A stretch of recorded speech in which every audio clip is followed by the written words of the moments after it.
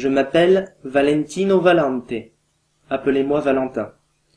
Dans l'histoire de l'humanité, il y a eu et il y a des hommes brillants, des hommes talentueux, des génies, et il y a aussi quelquefois des visionnaires aux dons divins. Des visionnaires aux dons divins, comptez-en environ un tous les 5 siècles. Le dernier visionnaire fut bien sûr Leonardo da Vinci. Le dernier, avant moi, car j'en suis un vrai génie visionnaire aux dons divins. Il est étonnant de constater que ces esprits venus d'ailleurs naissent si souvent en Italie, berceau de l'Europe et de la civilisation occidentale telle qu'on la connaît encore. Je n'ai jamais su, cela dit, quoi en conclure exactement. À 7 ans, je demandais à mes parents de quitter l'école, comme je n'avais plus rien à y apprendre et pas de temps à perdre. À 9 ans, mes parents moururent dans un accident d'avion. Je me retrouvai orphelin, mais bientôt titulaire, par héritage, d'une considérable fortune. Celle-ci me permit d'apprendre et de m'améliorer dans tous les domaines de la science et des arts en parfaite indépendance et dans un confort psychologique dont devrait bénéficier tout homme à l'intelligence supérieure. À 17 ans, en l'an 2003, je trouvai la bonne recette pour vaincre le virus du sida. Mais l'industrie pharmaceutique menaça de me ruiner et d'attenter à ma vie si toutefois je rendais publics ces résultats. 4 ans plus tard, en 2007, je terminai une thèse qui devait renvoyer à l'âge de pierre Albert Einstein, Stephen Hawking et le reste de la compagnie. Oui, on pouvait aller plus vite que la lumière, bien plus vite, et la relativité m'apparaissait aussi ridicule que les hypothèses d'Aristote sur le galet qui a envie d'aller vers le sol lorsqu'on le lâche. Eureka, j'ai trouvé.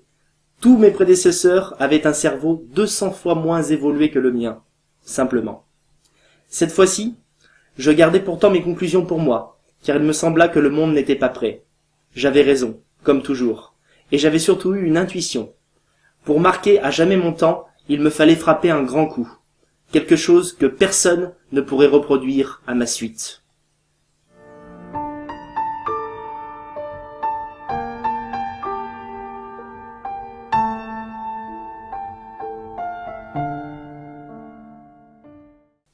J'inventai ainsi une machine, l'échelle astrale.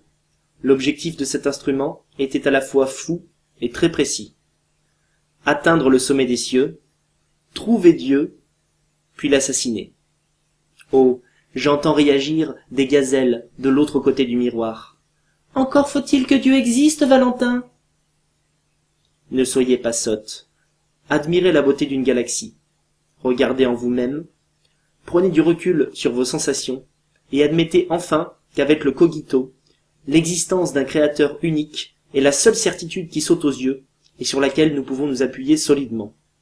J'admettais donc, la veille de Noël encore, l'existence de Dieu, mais pas son immortalité.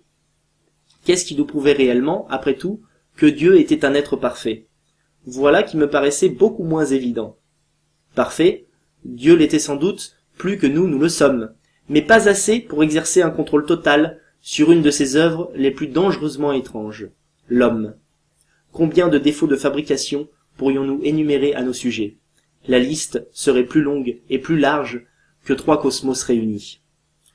Dieu avait donc de sérieux comptes à me rendre, à moi, Valentino Valente, Valentin le génie.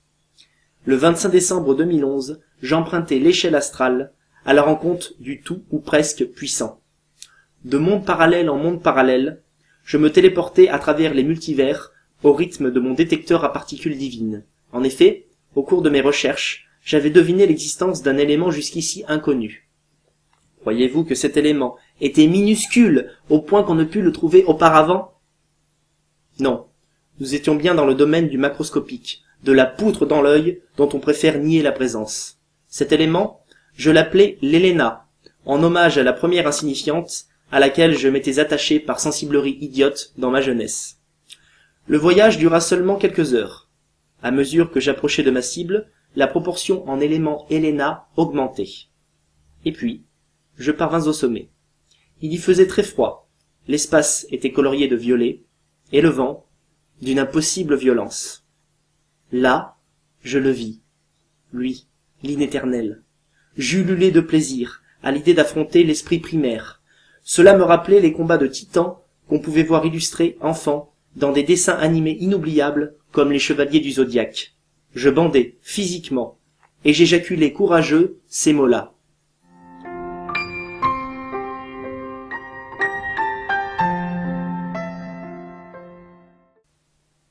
Tu n'as pas honte, fils de rien?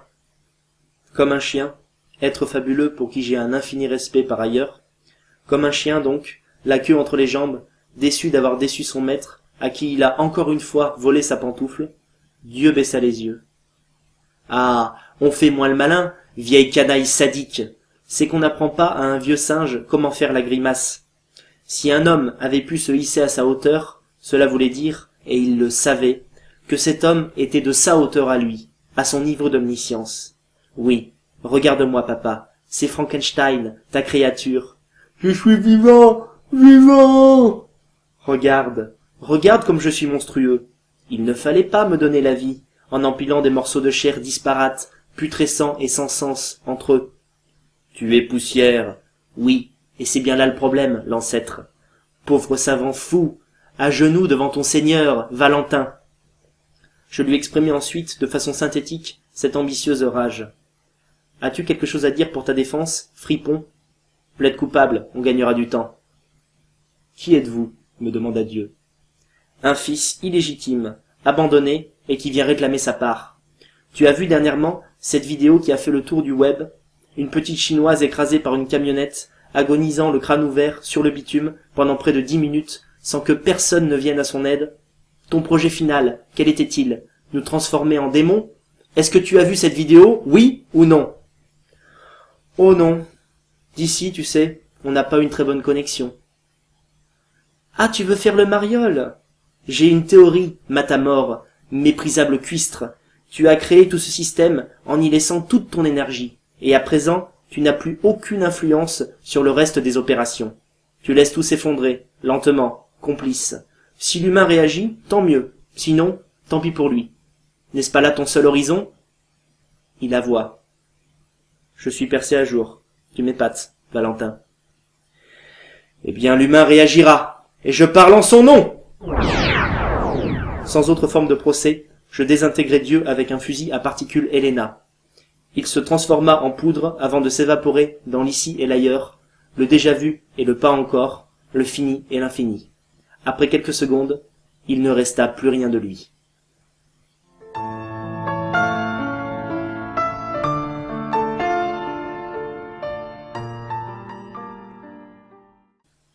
Le lendemain, après un rapide petit déjeuner, cornflakes et viennoiseries sèches, je passai à l'étape 2. Avant de monter lui régler son compte, j'avais déposé un nom de domaine sur Internet. 2, pour être précis. j'aituédieu.com et en anglais ikilledgod.com. Il s'agissait de penser à tout, et sur ce point, j'étais devenu imbattable. Ne me restait plus qu'à créer le buzz en y allant de ma verve essentialiste. Sur mon site, via YouTube et Dailymotion, je publiais une vidéo de moins d'1 minute que je titrais « Comment j'ai tué Dieu et comment je vais le remplacer ». Chers êtres humains, hier, le 25 décembre 2011, j'ai tué Dieu. Mon nom est Valentino Valente. Appelez-moi Valentin. Ou appelez-moi Dieu. J'ai en effet atteint un tel niveau de connaissance et de magie que je suis en mesure de le remplacer. Imaginez seulement les pouvoirs du Tout-Puissant à travers l'esprit d'un homme qui comprend le reste des hommes. Je serai, vous verrez, un bien meilleur seigneur que lui. Pour vous prouver ma valeur et la véracité de ces faits, voici une annonce. Samedi, jour de Saint-Sylvestre, le ciel sera vert et non plus bleu.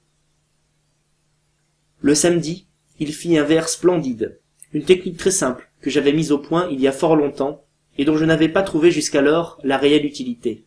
La terre entière, effrayée, se rendit sur ma page ikilledgod.com. Je pris rendez-vous. Puisque vous êtes désormais assuré de ma toute-puissance, je vous propose une rencontre avec votre nouveau dieu, Valentin. Je ne souhaite qu'une chose, l'érection d'un monde meilleur, perpétuellement en paix, où l'homme régnerait en maître absolu. Rendez-vous vendredi 6 janvier à 19 h au chapiteau peint d'air de l'Esplanade, à Grenoble.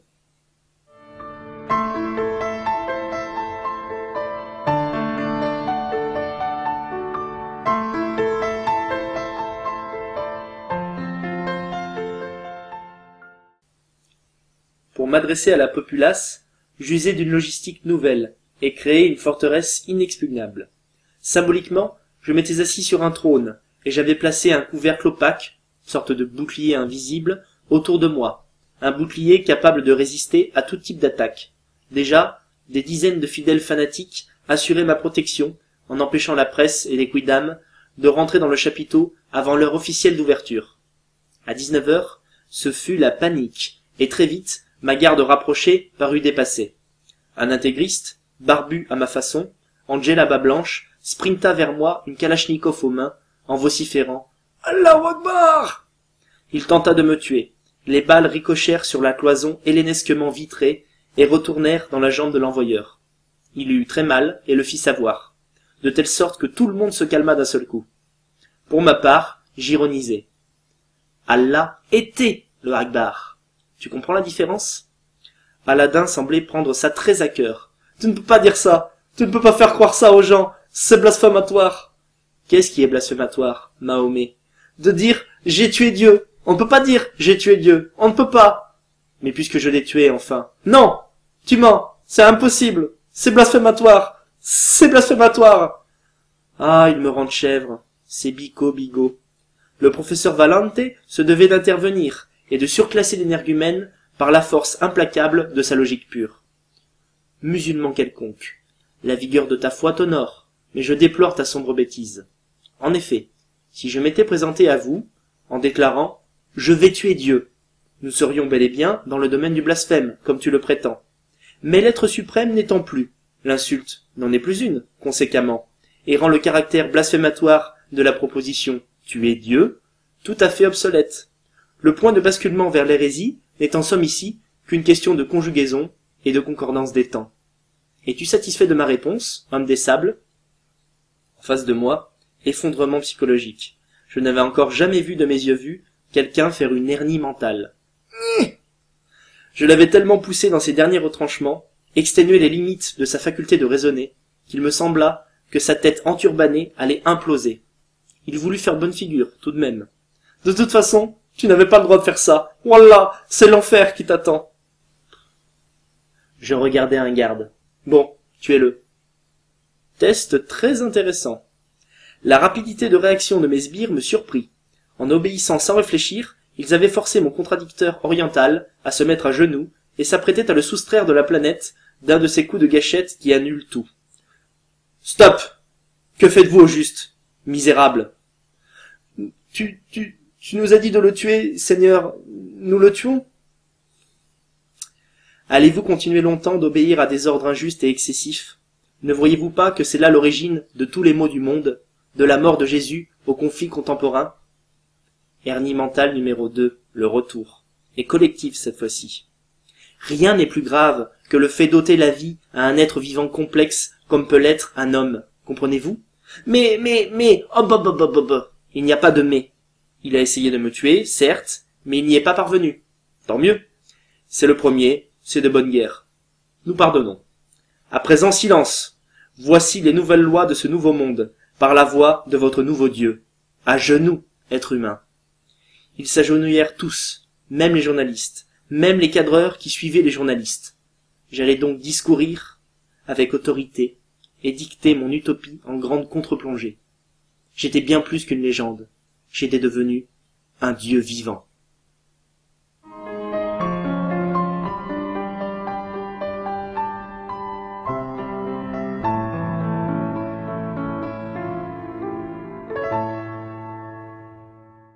Loi numéro 1. Des caméras de surveillance seront installées partout et couvriront chaque centimètre du globe terrestre. Aucun risque d'autocratie arbitrairement répressive, à la façon du Big Brother de 1984. Car mon but n'est pas de contrôler vos pensées, mais de juguler l'ânerie sporadique de vos actes. Je serai le seul à pouvoir me servir de ces visuels. Et je suis juste et je suis bon, car je suis Dieu. Dieu numéro 2. Dieu version 2.0, et je ne commets jamais d'erreur. Loi numéro 2. Tout être humain qui mettra fin à la vie d'un autre être humain, quelles que soient ses raisons, sera immédiatement exécuté. Loi numéro 3. Toute nation qui déclarera la guerre à une autre nation ou qui cherchera à l'envahir sera immédiatement anéantie dans la seconde même suivant le premier acte de violence. Je maîtrise une énergie 25 000 fois supérieure à l'énergie nucléaire et je sais comment rendre inoffensive la plus grande des déflagrations atomiques. Sur demande, démonstration sera faite dans le désert du Sahara de cette technologie dont je ne peux expliquer les fondements essentiels puisque nul autre homme que moi n'a à ce jour la quantité de savoir nécessaire pour les comprendre. Loi numéro 4. Toutes les énergies polluantes doivent être abandonnées sur le champ. Les voitures peuvent rouler à l'eau de mer. Le soleil, le vent, le gaz naturel suffisent à chauffer nos maisons. Nous le savons tous depuis longtemps. Il faut donc continuer en ce sens et faire les choses comme elles doivent être faites. Loi numéro 5. Tous les métiers reconnus comme pénibles seront dorénavant exercés par des machines. Du reste, le travail n'est plus une obligation pour survivre. Chaque homme aura droit à un revenu minimum décent qui lui permettra de prendre le temps de s'accomplir dans le champ d'activité qui le passionne le plus. Les hommes seront, dans le même ordre d'idées, encouragés à trouver le don ou les dons qui sont les leurs dans le sport, l'art, la pensée, la science théorique et toutes les disciplines qui font progresser notre espèce sur le plan physique, métaphysique et intellectuel. Tous les emplois supprimés pour cause de pénibilité ou d'inintérêt flagrant seront ensuite recréés dans le domaine de la conquête spatiale, dernière aventure grandiose proposée à l'humanité et indispensable à son plein épanouissement. Si demain nous sommes 60 milliards, c'est que la Terre ne suffit plus et qu'il faut quitter notre nid. Le quitter pour s'envoler vers d'autres cieux. S'envoler non plus dans un esprit de destruction, mais de découverte curieuse et admirative des étoiles, des aérolites et des exoplanètes. Loi numéro 6. Dans le cadre d'un couple marié... Excusez-moi, j'ai une question. Un Minus d'à peu près 16 ans, athée convaincu, me tint à peu près ce langage en m'interrompant. Si Dieu est mort, quel sens peut bien conserver la cérémonie du mariage? Pourquoi sacraliser encore le principe du couple classique, un homme et une femme? Je répondis du tac au tac, agacé. Primo, ne m'interromps plus jamais.